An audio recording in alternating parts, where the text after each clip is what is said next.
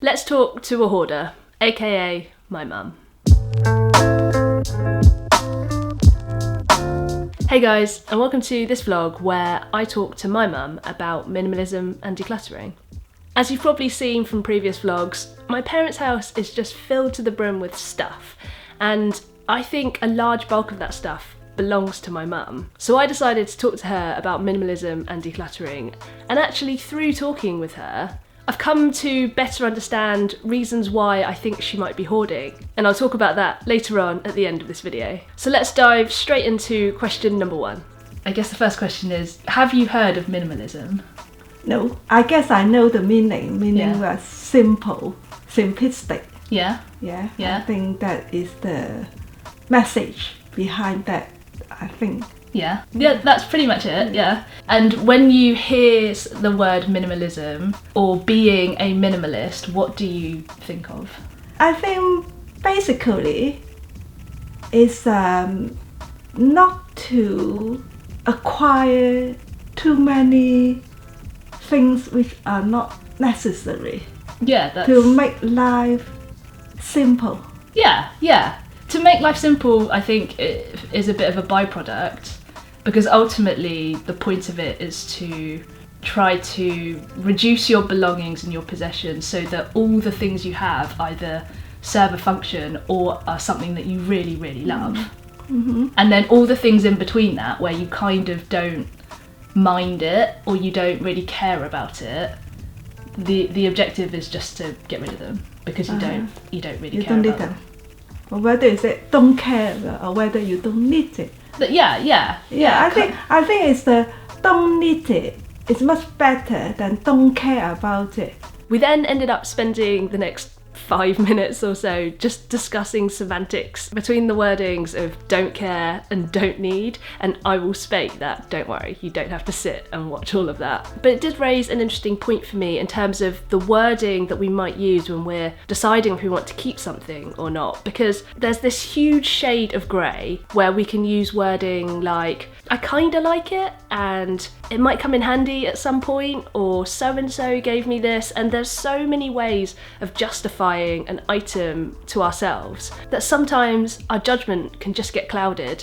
And really, I think the easiest way to cut through that cloudiness is just by asking the two very simple questions of, does this item bring me joy, or does it serve a function? And essentially just makes the decision process that little bit easier. How do you feel about the times when I have come back and tried to declutter the study? I'm over the moon, actually, to be honest. I think over the last 20-odd years, I found your room very untidy. My room or the study? Both. Both, I would say. But the study, I won't say it's all your things, because that contribute as well. Yeah. So I was very pleased that you discussed your room. I'm very pleased.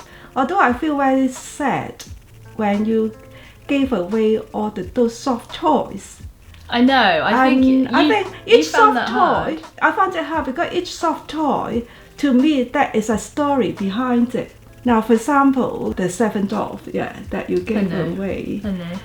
I had a very strong feeling attached to that, because I said to you, if you got into Kendrick, and if I get a better job, I would buy you the 7 dwarf.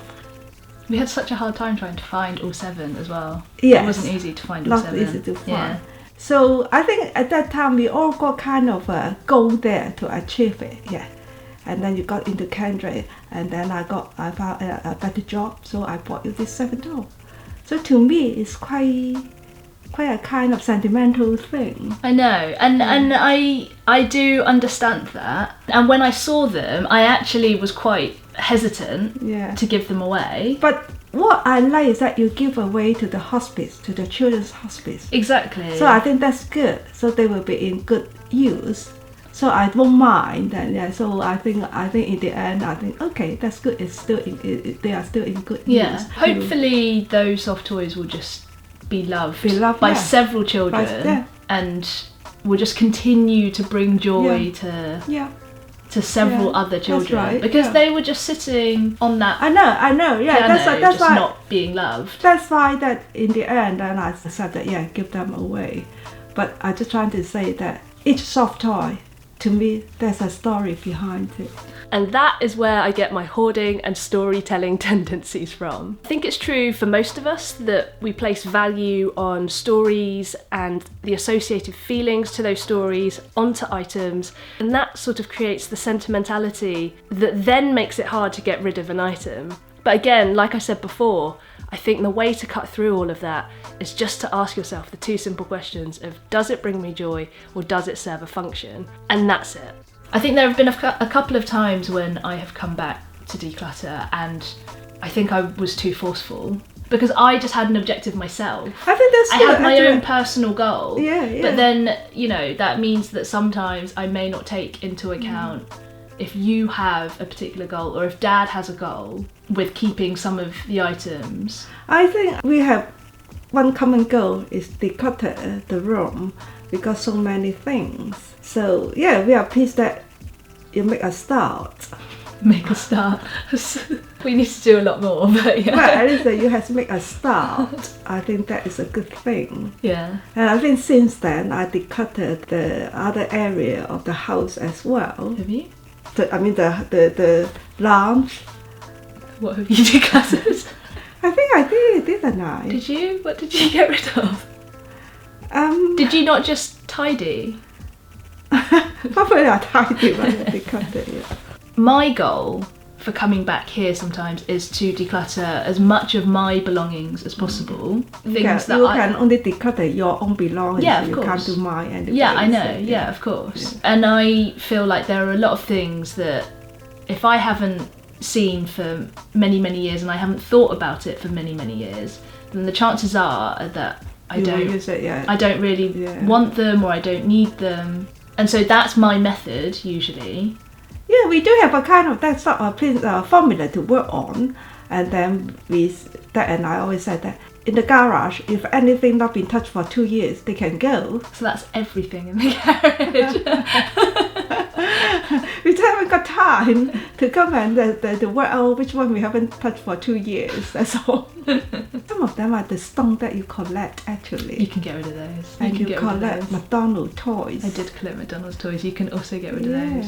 Yeah, I wonder they might worth a bit of a little fortune because very little fortune, like 10p. Some of the McDonald's toys might become antique if I keep it for another. Oh my god, this is not another century. I don't think you're going to be alive. Another century that it can be antique. Yeah. All in all, yeah, it's good that you make a start. Yeah. Do you feel comfortable with me doing it? Oh yeah, sure. Okay.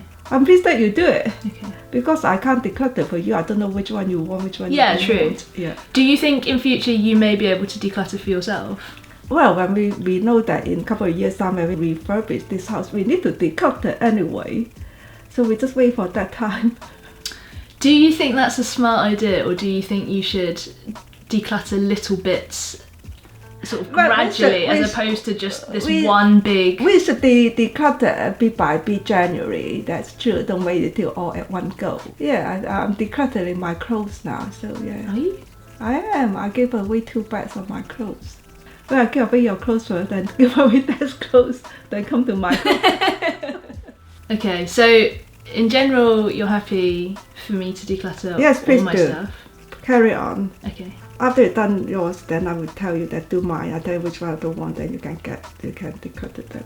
And that's where we ended our discussion before my mum's mobile went off and we had to finish up anyway. But I did get a lot out of sitting down with my mum and having that conversation with her about minimalism and decluttering. One of those things was just the surprise of finding out that she was already decluttering, albeit just little bits. The second thing that I found out was that she was happy with me decluttering in her house, which was a relief, to be honest, because there were several times when I got worried that I was maybe being too forceful, that I was forcing my minimalism onto them. And ultimately I've moved out, that's their house. And so I didn't want her to feel like I was overstepping or intruding. But I feel now that after we've talked together, that I think we're on the same page, that she at the very least is really happy for me to declutter all of my stuff that's in their house. And then maybe after that, we can start on her things. And the third thing is that I began to understand a bit better the reasons why my mum might be hoarding.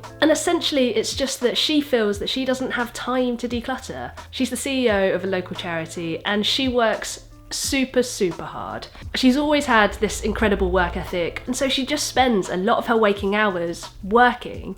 And then if you combine that with the fact that the house is a bit of a mountain of clutter, I can imagine that it would seem really quite daunting to start the task of decluttering the whole house. But the important thing is that she seems to want to declutter, which is amazing. Maybe all she needs is just a helping hand. I mean, you heard it in the discussion there. She said that I could start helping her once I'm done with all of my things. So maybe with a bit of patience on my side, I can definitely help.